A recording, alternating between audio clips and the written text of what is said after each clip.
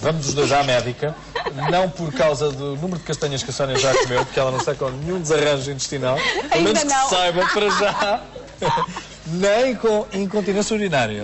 Não, que ainda felizmente não sofri ainda desse mal, mas nunca poderemos dizer desta água não beberei. Quer homens, quer mulheres. É realmente algo que pode acontecer, se calhar, em algumas fases da nossa vida, ou pode tornar-se mais provável, até crónico, se calhar. Mas a boa notícia é que há tratamento também para e com maior prevalência nas mulheres do que nos homens, não é? Sim, também é verdade. Sobretudo um problema feminino, embora os homens também possam sofrer dele. Mas hoje vamos dedicar à incontinência urinária feminina, que é muito mais frequente. Doutora Clara Fonseca. Muito bom dia. Bom dia. De facto, a incontinência urinária feminina é muito frequente. E há estudos feitos que revelam que acima dos 40 anos, quase 50% das mulheres sofrem de perdas involuntárias de urina em algum momento da sua vida diária. Quando estas perdas começam a ser muito frequentes, normalmente procuram um médico, porque também é conhecido e estudado que a maior parte das senhoras não procuram o médico por este problema. Porque estão resignadas, porque é uma situação transitória, ocasional. Por vergonha, tem medo de pequenas perdas apenas, não é? Que pequenas perdas, exatamente. Vêm a revelar-se compreendem que isto faz parte do envelhecimento e que poderá ser uma situação que não incomoda muito. Mas, de facto, para muitas torna-se um problema social e higiênico, porque depois não conseguem estar à vontade, sair de casa, sentem às vezes um cheiro e isso incomoda-as e torna-as menos livres na sua vida diária e sentem nessa altura necessidade de procura médica. Mas a qualquer momento podem falar deste problema ao médico, porque há realmente soluções e conselhos que se podem dar e é isso que eu hoje venho Preparou então falar. este trabalho. Podemos levantar. Vamos aqui. Eu fico a assistir daqui. Podemos então... Existem dois, podem já passar... Dois tipos de incontinência, não é? Dois grandes grupos. Existem outros tipos, mas dois grandes grupos que as pessoas facilmente reconhecem. A incontinência urinária de esforço, que é aquela que habitualmente está associada aos espirros, à tosse, ao momento de riso e há umas perdas de umas pequenas gotas de urina. Isto é muito frequente. Deve-se a um momento de esforço abdominal. A incontinência de urgência já é outra situação. Não há riso, não há espirro, nem tosse. Há apenas a vontade. Uma vontade súbita, intensa de urinar e não há capacidade de chegar a uma casa de banho e há uma perda de urina, às vezes até quando se ouve água ou algum estímulo que faz com que a bexiga trabalhe involuntariamente e haja essas perdas. E depois há uma situação mista em que há o esforço, a perda com a incontinência de esforço e também a incontinência de urgência na mesma pessoa. Podemos passar à frente para mostrar neste esquema um pouco o que se passa com a incontinência urinária de esforço. Vemos ali as vias urinárias, os rins onde se produz a urina que vem depois a ser acumulada na bexiga, que é este saco, esta bolsa que é um músculo e que ao fim de estar repleta existe naturalmente a vontade de urinar. Na incontinência urinária de esforço há um aumento de pressão. Naquele momento em que há o espirro ou a tosse, aumentamos a pressão na nossa barriga e isto faz com que, se os músculos inferiores não tiverem capacidade de contrariar aquele movimento, a urina saia. Músculos pélvicos, não é? Exatamente. No próximo diapositivo vamos ver exatamente isso. Reparem, temos na esquerda um músculo fraco, muito fininho. Isto que está vermelho em baixo são os músculos do pavimento pélvico, portanto, que suportam a bexiga e o útero. E vemos aqui que, numa situação normal, é um músculo forte, espesso e com a idade tem tendência a ficar cada vez mais flácido, como todos os músculos do nosso corpo. De maneira que na incontinência urinária de esforço é isto que acontece. Não há capacidade de tónus muscular para contrair no momento em que é necessário.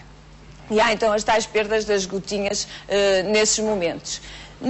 Isto acontece independentemente da quantidade de urina que esteja na bexiga. Exatamente. Independentemente da quantidade. Claro que se a bexiga estiver mais cheia, será mais fácil acontecer isto, não é? Mas pode não ter relação nenhuma com isso. E na incontinência urinária de urgência é a mesma coisa. A situação agora é de outro músculo, é o próprio músculo do saco da bexiga que é hiperativo. e que está a contrair. E contrai involuntariamente naqueles tais momentos súbitos em que a bexiga até pode nem estar cheia e há uma perda, uma vontade e não se consegue reter a urina nesse momento. São, portanto, dois mecanismos totalmente diferentes, mas que podem coexistir na mesma pessoa. Podemos continuar. Aqui falamos um pouco do tratamento desta situação. Está provado que o praticar exercício especificamente para a musculatura pélvica é fundamental para manter o tónus muscular, sobretudo na incontinência de esforço. Este exercício, que está aqui este exemplo, que se chama exercícios de Kegel, são fáceis de praticar em casa. É uma espécie de uma fisioterapia. Está aqui precisamente uma grávida, Sónia, muito bem, porque para chamar a atenção que estes exercícios também são usados na prevenção. Antes de se instalar a incontinência urinária de esforço, nós temos que prever que num parto, numa cesariana, numa cirurgia ginecológica ou outro, são momentos de fragilidade em que aqueles músculos vão ficar mais frágeis. E tanto no pré-parto como no pós-operatório destas situações, a senhora deve fazer exercícios pélvicos, que deve fazê-los nesta posição, pode ser na cama antes de se levantar de manhã, põe-se nesta posição e vai contrair a musculatura pélvica num movimento que, se me permitem, é o mesmo movimento para conter os gases. As pessoas apertam os músculos inferiores sem fazer qualquer esforço nos abdominais, concentrar só nos músculos pélvicos, que são os músculos inferiores, e contar 10 segundos em contração, relaxar, fazer novamente 10 segundos e fazer séries de 10 contrações de exercícios deste género. Pode ser feito de manhã e à noite. Mas esses exercícios podemos fazê-los até sentadas, não é? Esta é a posição mais correta. Portanto, eu aconselho que façam deitado. Nesta posição, com as pernas fletidas, os joelhos fletidos. Esta posição obrigará o músculo a trabalhar mais, não é? Isola melhor aqueles músculos que queremos trabalhar. Do que se estivermos sentados. Sentados é uma solução, não é? Se sentados também. Também pode fazer. Esqueci-me de fazer o exercício em casa. Esses são então vão no autocarro e fazem exercício. Sim. Pode ser. Pode-se lembrar a qualquer altura do dia podem lembrar. Todo o trabalho muscular é bom. E, por exemplo, na hidroginástica, na ginástica, no pilates, fazem muitos exercícios para o pavimento pélvico. Uma pessoa que seja fisicamente ativa e que faça exercício tem menos probabilidade de ter incontinência de esforço. Depois temos um tratamento que tem a ver com a menopausa, porque está também demonstrado que com a baixa de estrogênio no sangue que acontece com a menopausa, vai haver um enfraquecimento maior daqueles músculos. Portanto, o médico pode aconselhar fazer uma terapia com estrogênio, que pode ser através de comprimidos, mas isso terá que ser avaliado caso a caso.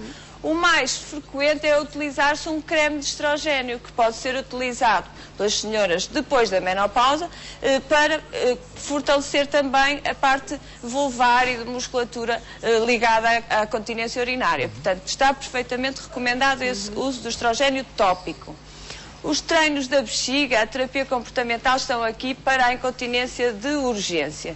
Porque, de facto, quando surge aquela situação urgente, em qualquer momento, as pessoas têm tendência a contrair-se ou ir a correr a uma casa de banho e o que devem é tentar relaxar. Portanto, devem, naquele momento, respirar fundo, contar até 10, não se concentrar demasiado na situação e esperar que ela passe. Por outro lado, para a incontinência de urgência, é fundamental ter um horário de urinar e cumprir aquele horário mesmo sem ter vontade, para ir treinando a bexiga a acalmar. Portanto, de começar de hora a hora a ir à casa de banho e depois vais passando. E com isto o músculo detrusor, que é o próprio músculo da bexiga, do saquinho da bexiga, começa a ficar mais calmo e não tem aquelas contratilidades involuntárias. Portanto, o horário para urinar e o treino da bexiga são fundamentais nesse caso.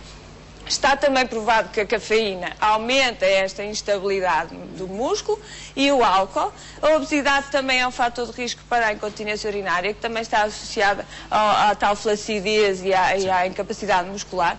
E depois há outras situações em que a medicina tem realmente medicamentos que o médico pode aconselhar e a cirurgia, que é extremamente eficaz nos casos em que é uma incontinência pura de esforço, porque na incontinência urinária de urgência ou mista, a cirurgia já não terá um resultado tão eficaz. Portanto, algumas senhoras ficam muito bem depois de operadas, outras não será talvez o tratamento mais adequado. Há uma dúvida que surge e que lhe coloco agora, já terminamos.